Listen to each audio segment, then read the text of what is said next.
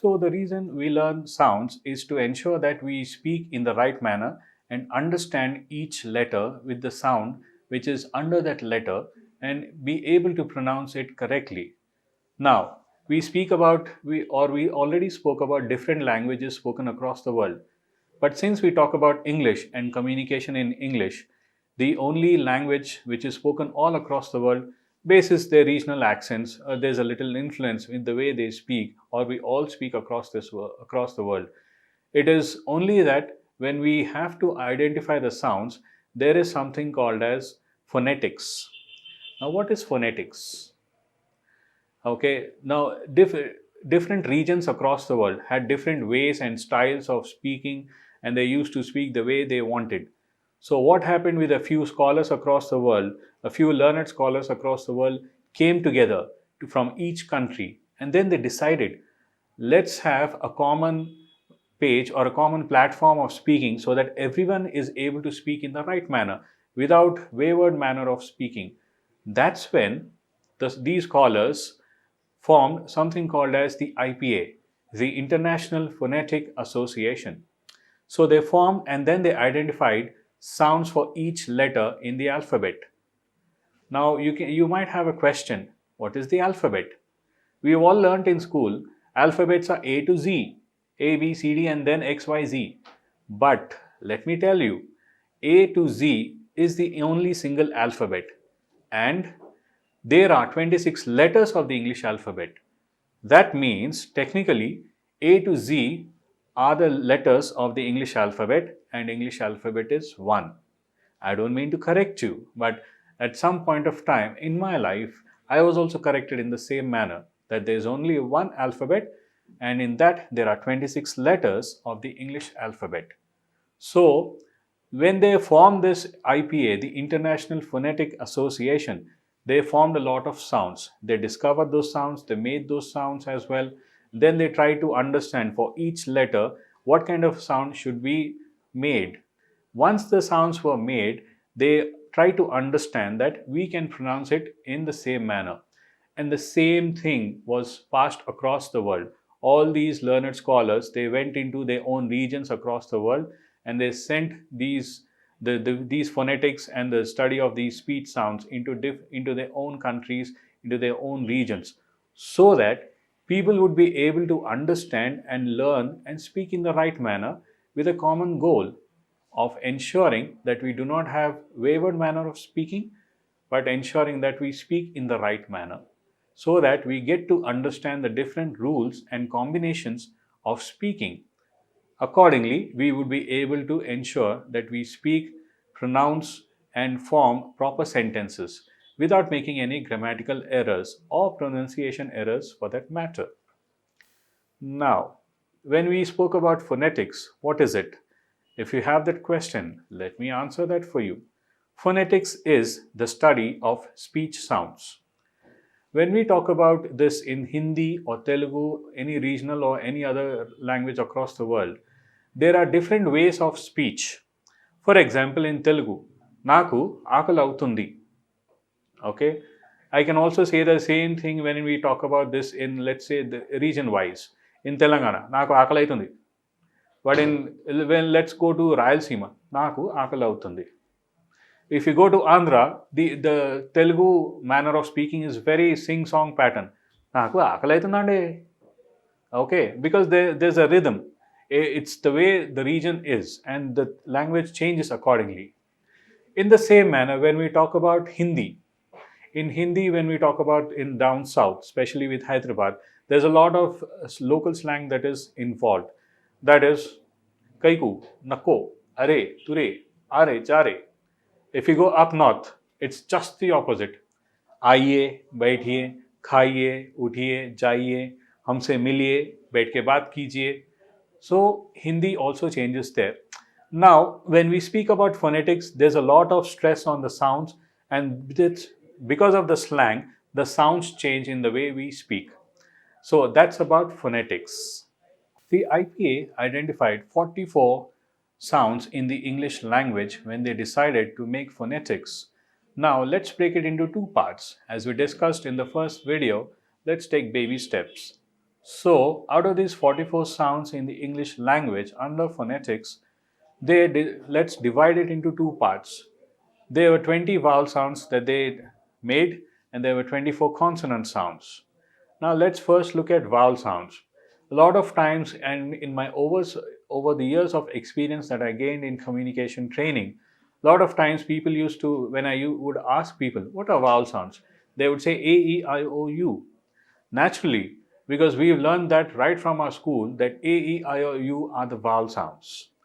Now, vowel sounds, when we talk about them, if you go in depth into them, there are 20 vowel sounds, of which 12 are pure vowel sounds and 8 are diphthongs. What are diphthongs? It's a combination of two vowel sounds when they come together. That's called as a diphthong. Now, out of these 8, 3 are exclusive to British English. We'll discuss that in the days to come. Please don't worry about that. Let's first focus about the vowel sounds. So, before we also go on to vowel sounds, let's talk about articulation. What is articulation? The proper flow, as we discussed earlier about air flowing and going up into our throat and larynx and then coming out to the mouth, where the organs inside the mouth. Remember? Lips, teeth, and tongue. All of them, along with our vocal cords and teeth, lips, and tongue, help in ensuring that we speak properly. And correct articulation will bring crispness into our speech so that every word that is stressed upon is understood by the person who is listening to you when you speak. And with the rate of speech, as we discussed, along with tone, and then with the volume and pitch and clarity, will help people understand what you're saying, what kind of a message are you trying to convey, and how are you conveying it, in what manner. Okay, that's about articulation. Now, going back to vowel sounds and diphthongs. So, when we talk about vowel sounds, each vowel sound is denoted by a sound. Okay, the very first sound when we talk about vowel sounds is called as shwa. As in Sanskrit, we have swaha. In the same manner, in English, it is known as shwa. It is the shortest vowel sound in all the vowel sounds that were made.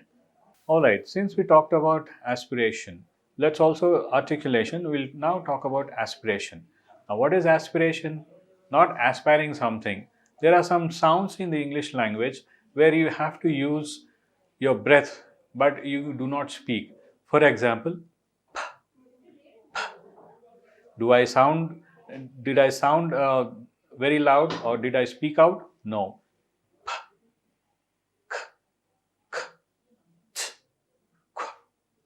For example, sound can be people.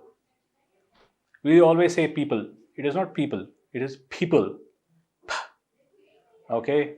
The next one would be tea. We generally say, let's drink tea, let's have some tea. But it is t, so tea. Okay. Then we have two types of k. The one is when we talk about can, C-A-N. I can do it. I can do this work. But it is I can. K. Okay. The other one is k. That is I. When we talk about kicking a football, I can kick this football direct to the goal post. The last one is qua. Qua, which is Queen, the Queen of England. It is not Queen of England. It is the Queen of England. So when we talk about aspirated sounds, the simple definition of aspirated sounds means that you do not speak out loudly, but you're using your breath. You're just taking out the sound. Let me just do that again.